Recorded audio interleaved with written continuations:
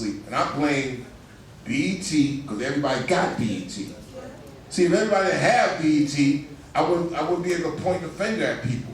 There's only a small room full of people that got control of it. Never have so many been screwed by so few. And then you got these radio stations that people allow. We was at the Zulu Nation thing last night. I'm like, how are you going to allow a radio station in New York to call themselves a home of hip hop and R&B? See, back in the 72 and 73, see, today they would call them terrorists.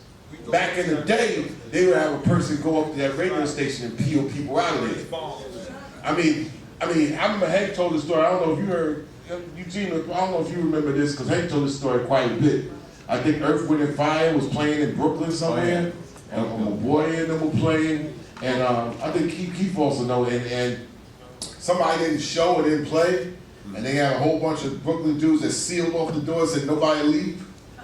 You had cats like that in Roosevelt, man, be like, you know what, you're not getting out of this town. Matter of fact, if you came out in Roosevelt from Brooklyn or Queens and wanted to start something in Roosevelt, cats would be like, look, man, we'll cut off Southern State and we'll cut off National Road to Main Street going into Freeport. And they'd be like, yo, you're not getting out of here. There's only 2 ways out of here. And the person would be like, well, how do we get out of here? You might have drove out here, you might have had your boys, you might have had stuff in your trunk. It's like, yo, you can't get out of here. And cats back then, I'm talking 70s cats. I ain't even talking those crazy dudes in the 80s. They'd be like, yo, man, it's 2 ways out of here. You can't leave out of here until you ante up on something. That's why they didn't want to come to Roosevelt. So things have kind of, reversed around. Let's say we endorsing thugism, but I just don't understand this lack of stand-up people. Like I said, in 1972, knowing that the country was twisted during Nixon, you go to a basketball game and 6,000 black people are sitting down. That tells you something.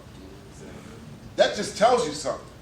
We was able to bring a little spark of that back around the Spike Lee era with Bill's relationship with Spike, because that's how that shit happened.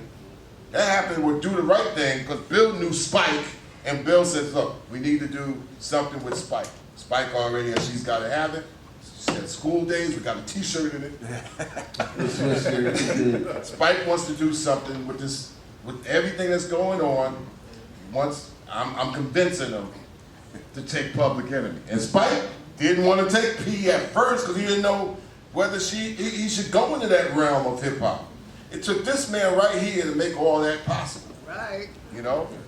Bill did the untwisted, untangling. We sat down in Soho, had a meal, and Spike was like, okay, I'm doing a movie, I'll need an anthem.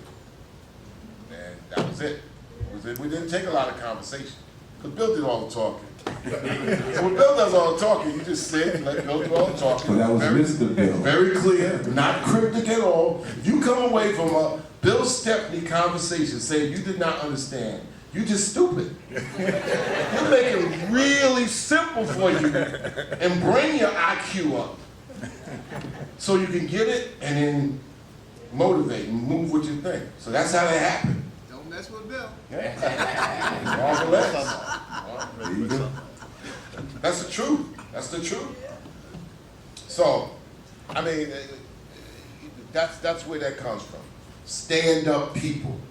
And you know what? It doesn't take a region to make you stand up. It's something that's very important. Yes, sir. And thanks for the interview that you blessed me with on Air America back in the day. Well, I was Kevin Thorburn here. I just wanted to say publicly, if I might be able to make just 2 small points.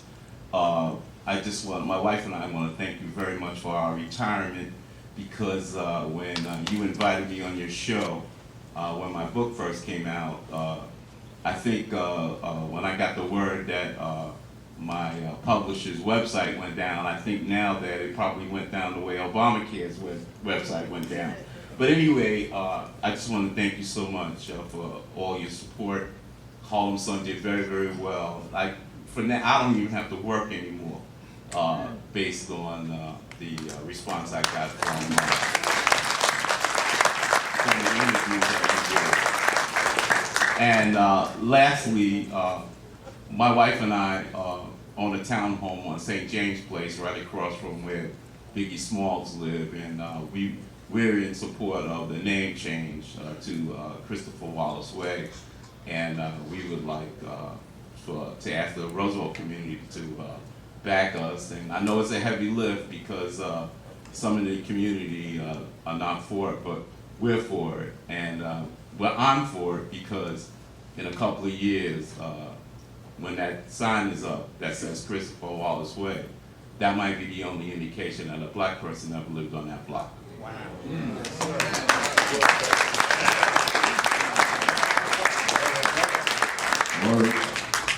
How you doing? How you doing? Peace, how are you? I'm good. I'm CEO of the Red Room Productions. I'm a former Roosevelt citizen, you know what I'm saying? I'm an up-and-coming videographer, and what I do is I film interviews, I shoot videos, and I just made a DVD called Long Island Got Bars DVD, which Andreas 13 is on there, Lord Math is on there, there's a couple of people from Long Island, they're on there. And oh yeah, I got an interview with Ujima too, thank you. You know what I'm saying? I just wanted to salute y'all, and you know, thank you for everything you did for Roosevelt. I have a copy of the DVD I wanted to give to y'all. Thank you. Okay, no doubt. We take it. I appreciate you want to also, you know, give out your email address because this is being recorded, so, you know, it's going all around. Right. Website, the whole nine. You can catch me on Google, Wikipedia, YouTube, Facebook under Red Hefner. Email address is redhef at live.com. I think I follow you on Twitter. Right. What? Yeah, I follow you on Twitter. Yeah, I'm on it. Thank you.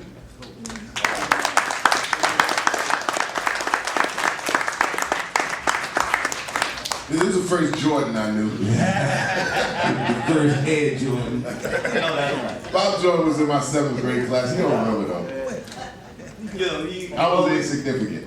Well, yeah, you always say that. You put me on a guilt trip because I'm like, damn, what I do to that brother? Because people always say, Bob, you know, you talk, you say things, and you need to shut the hell. You took his skills, man. I always have respect. It was you, I think, you and Gerald Graves always used to tell jokes. And it still is. Yeah, that's the good thing about Roosevelt, is that we all grew up as family. Yes, sir. And glad to have history with all you brothers. I remember we were kids and playing football, and we were playing Freeport, and they came to Roosevelt talking, oh, who's that ball? Oh, we gonna bust him up. We gonna buzz him. So they were beating us pretty good. And all of a sudden, the brother got an interception or something and ran like an 80-yard touchdown. So I'm like, who the hell is that? It's like Jerry Jackson. I'm like, Jerry Jackson, the DJ? He just took off. I'm like, I didn't even know he could run.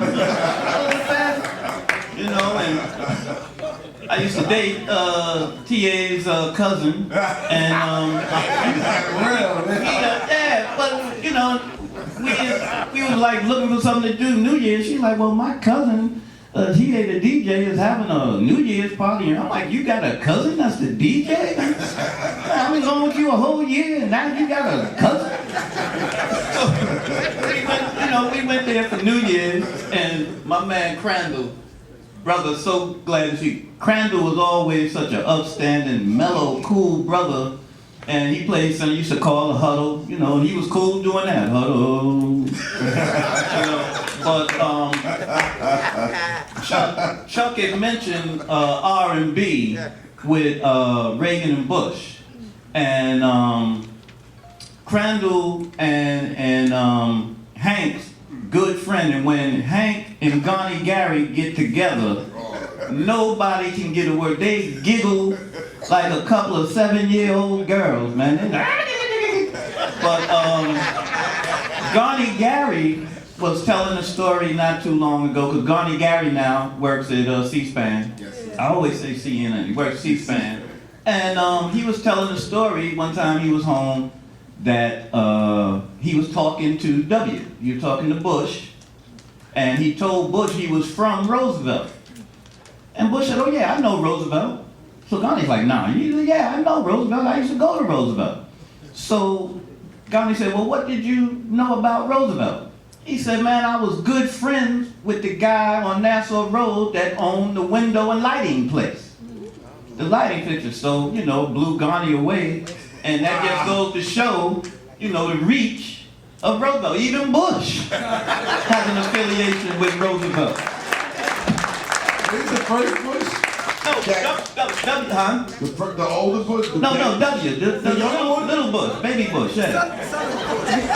Son of Bush. Yeah. Wow. And, You know, because you know what it is? There's another thing about Long Island.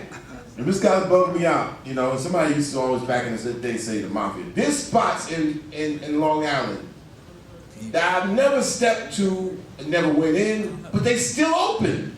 Like, you know what I mean? It's like the other day I went to IHOP in Freeport over by the old TV spot, and I looked across it like window siding and all. I was like, that place has been there 80 years, man. This spot's in Roosevelt, so that window inside the place was here like 150 years, Never been man. in Like there. the spot is over there close to that where BP is at, and there's that spot right there, Lee and I don't know what the other street is. Like that spot is there. I always used to say, yo, man, CIA. So maybe it is right. Maybe Well, that's if what that's the Bush case, did, if man. that's the case, what do you say for the C'est La Vie that's been open since?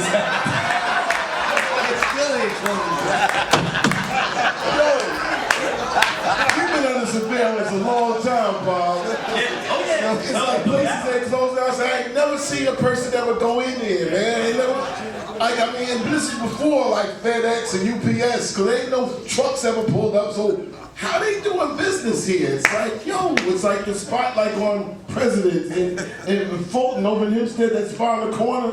There's The furniture store? the Formica spot. It's like, yo, they got this for same furniture and it's Americana more. And it's like, yo, it's got y'all telling you we under surveillance, man. I'm telling you. Because it's like, I ain't never seen a person go in there. And then we having things move. Because I worked at Berkeley up in there, the photo lab.